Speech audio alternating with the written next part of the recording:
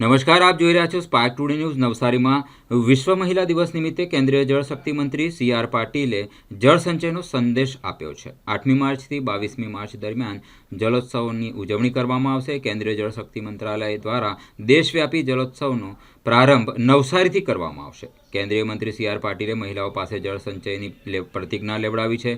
વિશ્વ મહિલા દિવસ નિમિત્તે જિલ્લામાં ઉત્કૃષ્ટ કામગીરી કરનાર મહિલાઓને પુરસ્કૃત કરવામાં આવશે.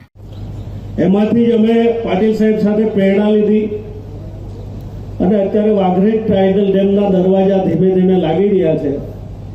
એટલે આવનારા દિવસોમાં ગણદેવી તાલુકાની પીવાની પાણીની જે સમસ્યા છે, મને લાગે ત્યાં સુધી બિલકુલ રીતે આપણે એ સમસ્યાને દૂર કરીશું. પણ પાટીલ સાહેબ માટે એક કોઈ ગણદેવી કે એમના પોતાના મત વિસ્તાર માટે ચિંતા કરતા વ્યક્તિ નથી. જે રીતે આદરણીય નરેન્દ્રભાઈ મોદી સાહેબનું જે વિઝનરી છે, એમણે ભવિષ્યની ચિંતા કરીને અગમ ચેતીના પગલાના ભાગરૂપે જ્યારે એક પાણીનું ટીપું બચાવવા માટેનું અભિયાન ચલાવતા હોય, અને આપણે બધા ભાગ્યશાળી છે કે પાટીલ સાહેબ પાસે આ વિભાગ આવી ગયો. અને પાટીલ સાહેબ જ્યારથી આ વિભાગના એક કેબિનેટ મંત્રી બન્યા પછી એમણે પૂરા દેશમાં આ અભિયાનને એટલું જબરજસ્ત રીતે ઉપાડી લીધું છે કે જે આજે જ્યાં ત્યાં એક ચર્ચાનો વિષય બન્યો છે. 8મી માર્ચથી 22મી માર્ચ સુધી જલશક્તિ મંત્રાલય તરફથી જલોત્સવના કાર્યક્રમનું આયોજન કરવામાં આવ્યું છે.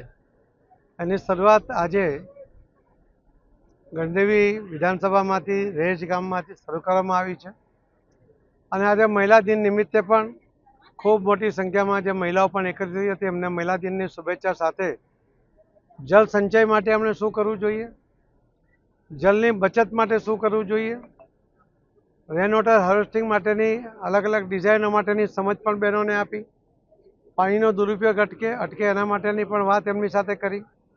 માનનીય પ્રધાનમંત્રી શ્રી નરેન્દ્ર મોદી સાહેબ દ્વારા બહેનો માટેની યોજના સ્વચ્છતા, કે જેમાં 12 કરોડ ટોયલેટ બનાવવામાં આવ્યા, અને જલ જીવન મિશનની અંદર પણ આખા દેશમાં 16 કરોડ જેટલા નળથી જલ ઘરમાં આપવામાં આવ્યા છે. અને બાકીના ઘરોમાં પણ 2028 સુધીમાં દરેકને પાણી આપવા માટેની યોજનાની પણ માહિતી આપી. ગુજરાત સૌથી આગળ રહ્યું છે, ખૂબ સારી ક્વોલિટી સાથે કામ થયું છે. માનનીય મુખ્યમંત્રી શ્રી ભૂપેન્દ્રભાઈ પટેલ એમના દ્વારા પણ જળ સંચય માટેની બધા જ કલેક્ટરો સાથેની મિટિંગમાં લગભગ 4000 કરોડ રૂપિયા એમના ગયા 20 તારીખે બાકી હતા. એ રોજ 1000 કરોડ રૂપિયા, રોજ 100 કરોડ રૂપિયા વાપરે તો પણ 40 દિવસમાં 4000 કરોડ રૂપિયા વાપરી શકાય એ પ્રકારની એ આખી વ્યવસ્થા અમને મુખ્યમંત્રીશ્રીએ પણ કરી છે.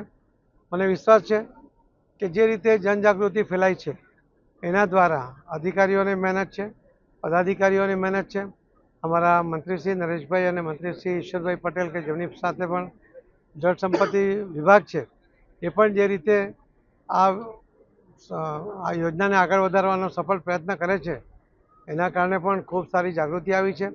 એમકેડના એક પ્રોજેક્ટ દ્વારા માનનીય મુખ્યમંત્રી અને પ્રધાનમંત્રી શ્રી મોદી સાહેબે લગભગ 22 રાજ્યોની અંદર આ પાયલોટ પ્રોજેક્ટ હમણાં શરૂ કર્યો છે. અને આવનારા 6 મહિનામાં પૂરો થશે. એના કારણે ખેડૂતોને ફાયદો થશે, ખેડૂતોની આવક બમણી થશે, એ 2 પાક લઈ શકશે. એ પ્રકારની પણ યોજનાની માહિતી આજે અહીંયા આપવામાં આવી છે. આવનારા દિવસોમાં 31 મે સુધીમાં જ નવસારી સંસદીય મત વિસ્તારની અંદરના દરેક ગામના જેટલા ખેડૂતો છે, એ ખેડૂતો પોતાના ખેતરમાં ઓછામાં ઓછું એક સ્ટ્રક્ચર બનાવે, એમાં એમને સાધનો સાથેની મદદ કરવા માટેની પણ વ્યવસ્થા અહીંયા ઊભી કરી છે. આખા દેશમાં પહેલો નંબર ગુજરાત, અને ગુજરાતમાં પણ નવસારી જિલ્લો અને નવસારી સંસદીય મત વિસ્તાર આવે એવો અમારો પ્રયત્ન છે.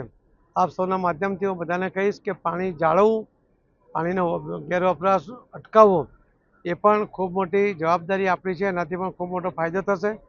અમે પ્રાથમિક શાળાના બાળકોને પણ આ જળ સંચય માટેની ટેવ હમણાંથી પડે એના માટે નોટબુકની અંદર પણ 4 પેજ છાપીને એમાં નાખીને જોડીને આપ્યા છે. એના કારણે બાળકોને પણ અવેરનેસ આવશે એવો અમને વિશ્વાસ છે. અને જે રીતે પાણીની તકલીફ હતી નવસારી જિલ્લામાં, આજે પાણીની તકલીફ ઘણી બધી દૂર થઈ છે. આવનારા દિવસોમાં જે પણ બાકી છે એ પણ દૂર થશે એવો અમને વિશ્વાસ છે. ધન્યવાદ.